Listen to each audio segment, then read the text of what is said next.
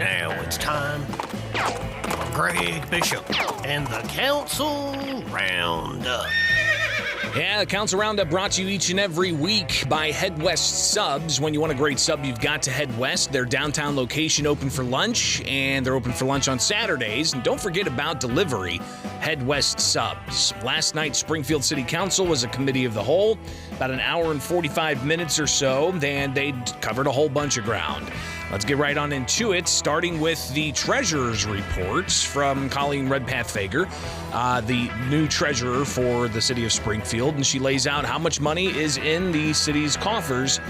Here's how that went. Treasurer's report for the corporate fund for the month of May. The beginning balance is $67,056,027.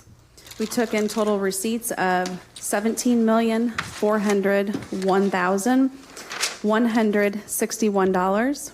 We had total disbursements in the month of May totaling $9,449,734, which left the corporate fund ending balance in the month of May at $75,007,454. The ending general fund balance includes $21,867,158, which is the May ending balance of the ARPA money.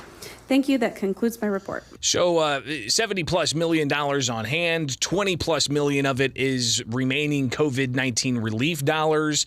What about those dollars, those COVID dollars? Are those appropriated? Are they already set aside for programs and projects? What's the ultimate takeaway there for those dollars and whether or not they're spoken for? Treasurer, do you know how much of the ARPA balance is unallocated currently? If you don't know now, maybe we could just get an answer for that later. Sure. I actually asked the budget director that last week, and she said that that was all accounted for. Okay, thank you very much. So all of the ARPA dollars, $20+ million already accounted for, but just sitting there in the city's coffers. So moving on, they've got ordinances that they've got to consider, and let's go ahead and hear which this next ordinance tackles. With Bloom Springfield, LLC, for financial assistance for the property located at 2 South Old State Capitol Plaza, utilizing Central Area Tax Increment Finance Funds through the Office of Planning and Economic Development for an amount not to exceed $29,000. So Alderman Sean Gregory had some questions about the match. This is going to be a 50-50 match, I believe. He asked if that's the standard. Val Yazel responding to that last night. And that was a policy that was from previous administration, and I know that our current administration has not had the time to put forth some policies concerning TIFs. However, it was my recommendation to her that we go with 50% since this was a life, health, safety issue, and we've got older buildings downtown, and to me it was very, very important that we have a sprinkler system in this older building. So that was my recommendation to the mayor. I respect that. I just, when we set a precedence like this, others are going to. And I think what we will be doing is reviewing each request as they come. Okay. All right, thank you, ma'am.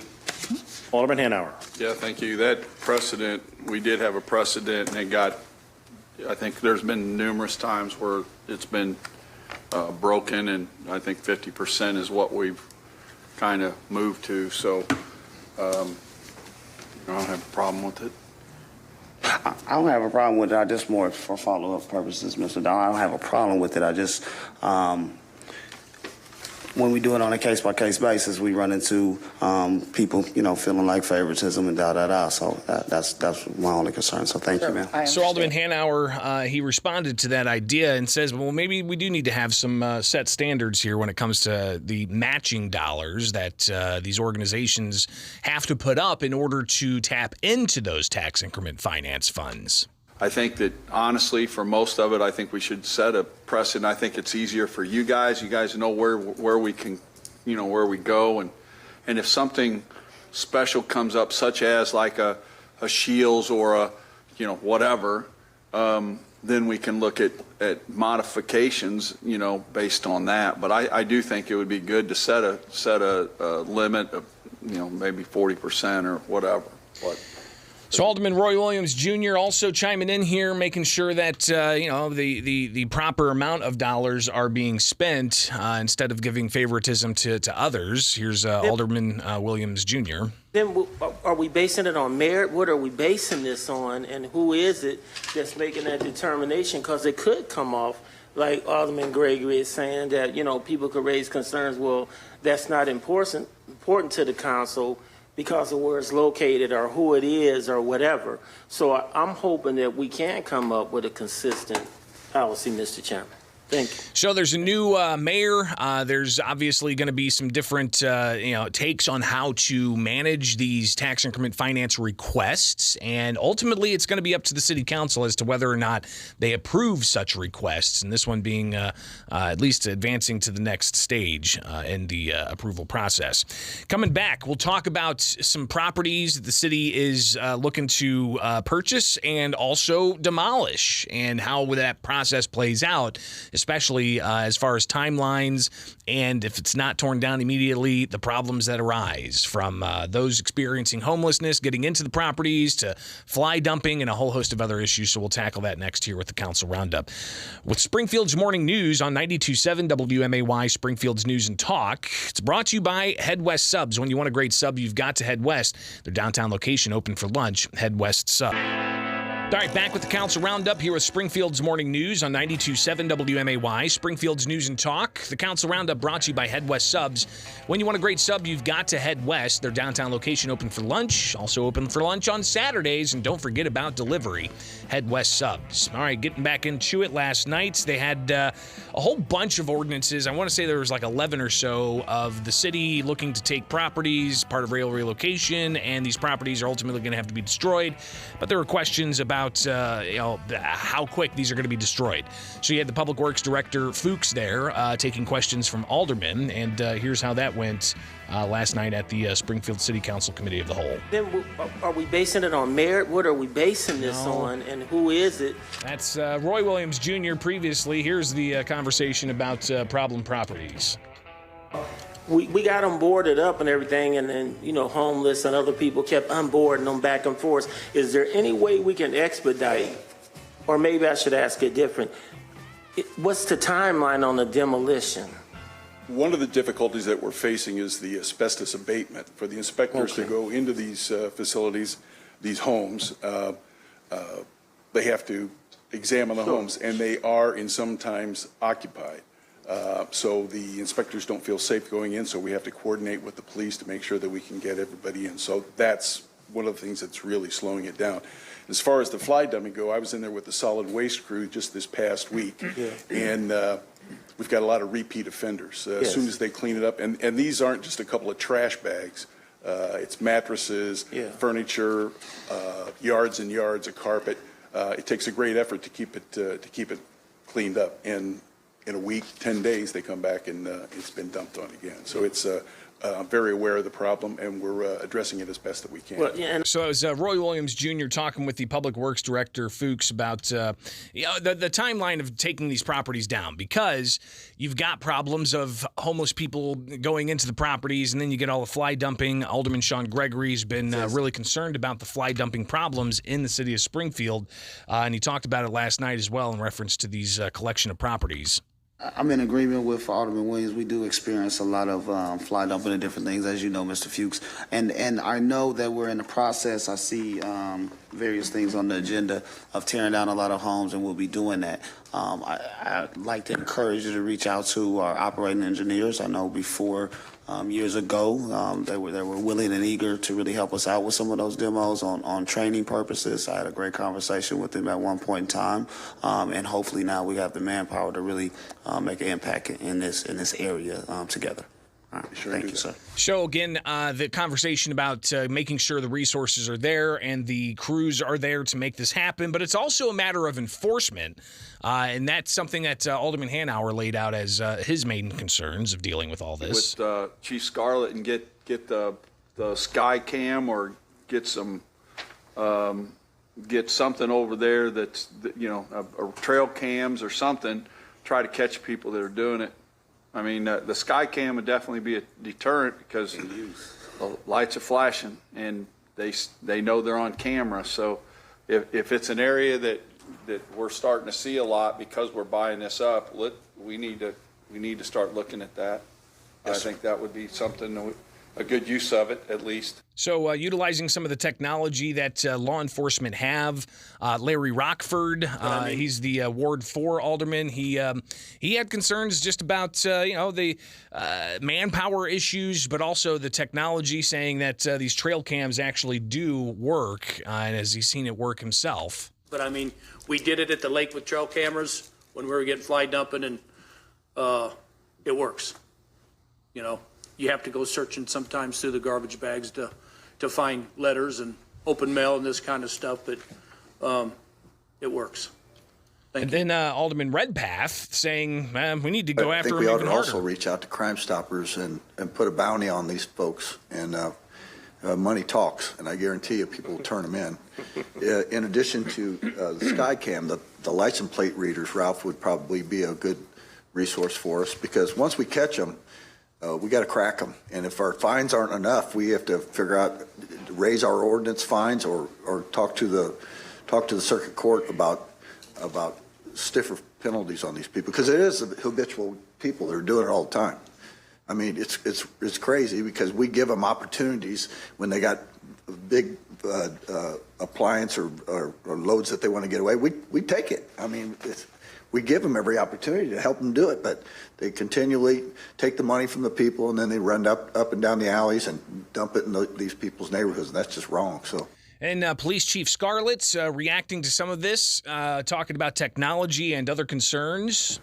As petty as they may seem, we still need evidence to verify who did what. So cameras, LPRs, Crime Stoppers, great use of our resources. We'll certainly do that. And we have been partnering with Public Works, I believe, on some trail.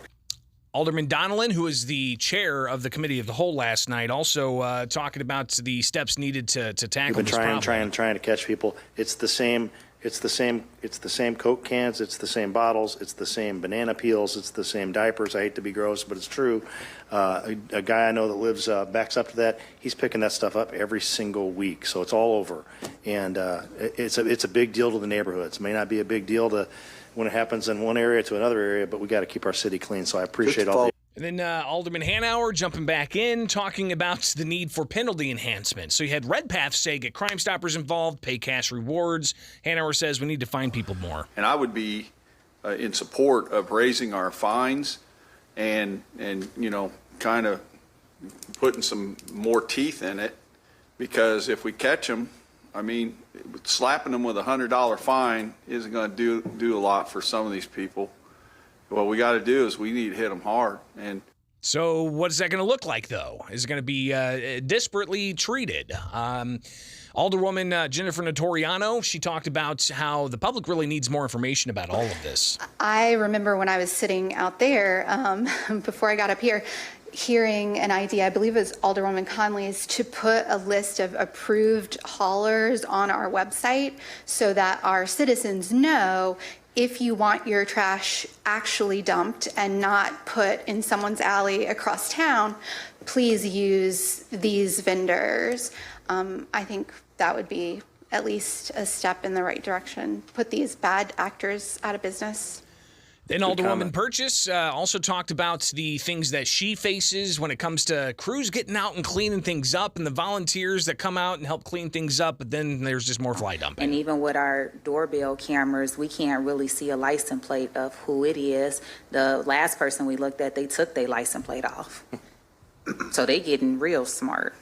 And then dumping and driving off, and we can't identify who they are. And we pay attention, and Lincoln Park and Enos Park is really good for picking up all of the mattresses and the alleys, and we send about 12 loads over to Public Works, and these people come back and do it again. So the effort of us cleaning it up and bringing 30 people out, it's like they come back and they just dump right away again in 10 days. That's got to be frustrating. I mean, listen, I live on a lot that's right next to a busy street, and I got to pick up a bunch of trash, but to do it over and over and over again. Making sure that people understand, that there is a program that they can use. It's 6 bulky items. You can do it twice a year. You can do it once a year, and have a more focused outreach effort to really promote that. but also promote the fact that, again, as Alderman Gregory pointed out, there's a tipping fee. So if you're paying someone $100 to clean out your garage, people need to know that you're probably paying to have your stuff dumped in someone else's yard or in front of someone else's yard or behind someone's garage. So really, she's urging the community organizers and the outreach efforts to educate the public better about all of this. Because if they come and take a whole bunch of stuff out of your garage for $100, that is going into someone else's lot. And that is, you are contributing to more work, more mess for our city. And in the end, you're creating a problem for our other taxpayers. So maybe kind of a combined, yes, outreach, yes, education, but let's educate our residents too and be reasonable about expectations about, you know, the cost of these things. And it does compound quite a bit. But what about the resources and the personnel needed? Alderman Rockford sharing his thoughts about that. The Public Works Department puts out 2 trucks, a loader, a total of 4 guys to clean up these messes on a daily basis. And it's overwhelming.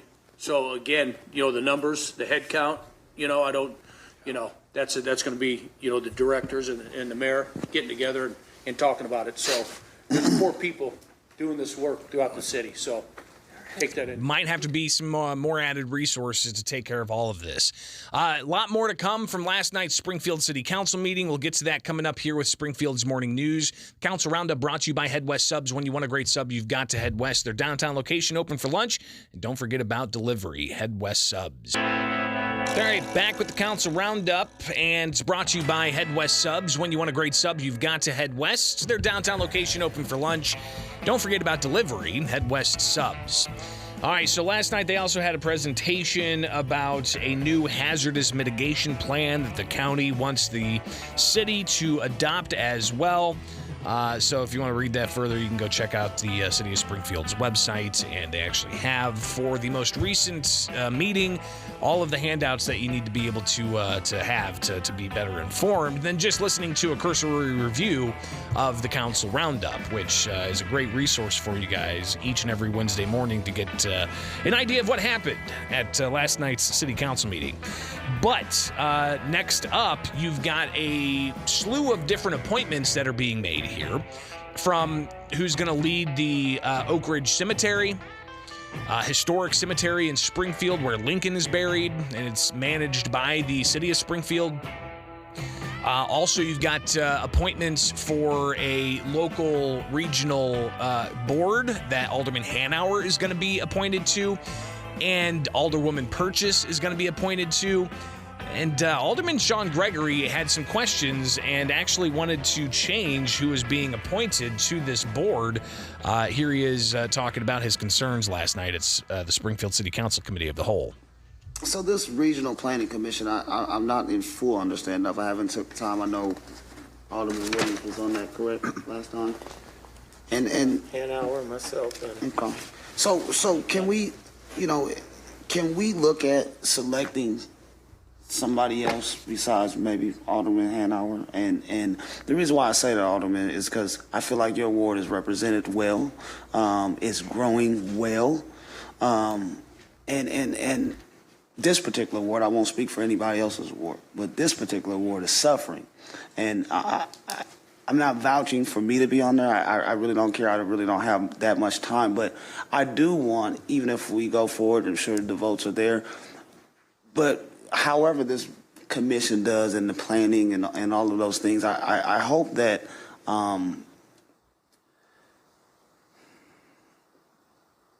the voices of Ward 2 or the struggles of this ward are represented and thought about, because it's really, really important. And there's a lot of momentum in our community, and I really want to keep it going. So we can see, more and more people thrive in this great city. So thank you. And then you get a response from Alderman Hanauer, who is being appointed to this board, and he kind of talks about the rationale. The reason why I was appointed was, I think when originally Alderman Williams was going to be appointed, we found out that it had to be one of each party. So, well, ain't y'all the same party? Huh? Really? Come on. What? I don't know. I'm just asking questions. I don't really. I mean, but so, the other aspect is this committee meets at 9:30 in the morning, so it's tough for people that do have jobs. I don't care if somebody wants to take my place; they're more than welcome to. But I believe we have to have a Republican and Democrat on it, and I'm the Republican on it. So that's the way it sits. So again, that's the rationale for having Hanauer on that. But what about the other appointment messages? Here's the clerk reading out those. 23-259, an ordinance approving the appointment of Gregory E. Mourdock as Corporation Counsel. 2023-260, an ordinance approving the reappointment of Alderman Ralph Hanauer to serve on the Springfield-Sangamon County Regional Planning Commission. 2023-261, an ordinance approving the appointment of Alderwoman Lakeisha Purchase to serve as the Springfield-Sangamon County Regional Planning Commission. 2023-262, an ordinance approving the appointment of Gregory C. Talley as Executive Director of Oak Ridge Cemetery for the Office of Public Works. So Talley was there to address the council and introduce himself. My name is Greg Talley, and I am honored to receive the appointment as Executive Director of Oak Ridge Cemetery. And he went on to talk about his expertise and why he feels he's going to do a good job as the director of the Oak Ridge Cemetery. I feel that my long and diverse experience sets me up well and meshes well with this position. I believe all my previous things bring a lot to this position, and I think that I will be doing a very good job. Something that I didn't take lightly when Mayor Busher did approach me. I did meet with Interim Director Lellis several times to make sure this was something that I thought would be a good fit for me. So that I could make the decision that this would be something that I wanted to do. And I also wanted to meet with Director Lellis because I wanted his endorsement as well. I wanted him to know who I was, my past, and what I have to offer. So obviously somebody new to lead Oak Ridge Cemetery, an historic cemetery here in Springfield where Abe Lincoln is buried. The new Corporation Counsel, Gregory Mourdock. Yes, I do still want the job. All right. I'm into it now for half a month, and I'm enjoying it. But I just want to say that it really is an honor to represent the city of Springfield, my hometown, and I'm excited to get started. I'll tell this board what I told Chatham and Auburn and Assumption when I started representing them. Integrity, accuracy, and communication form the foundation of my practice, and I hope to extend that to all of you. Please feel free. You have my contact information. Reach out to me anytime. When your constituents start reaching out to you between 8 and 5, Monday through Friday, we can revisit that arrangement. But until then, I am always available. So please feel free to contact me. And I look forward to working with all of you and representing the city. Well, I imagine alder people are going to be reaching out to him quite a bit to draft ordinances that they want to make happen. So we'll be watching that. An ordinance from Alderman Hanauer?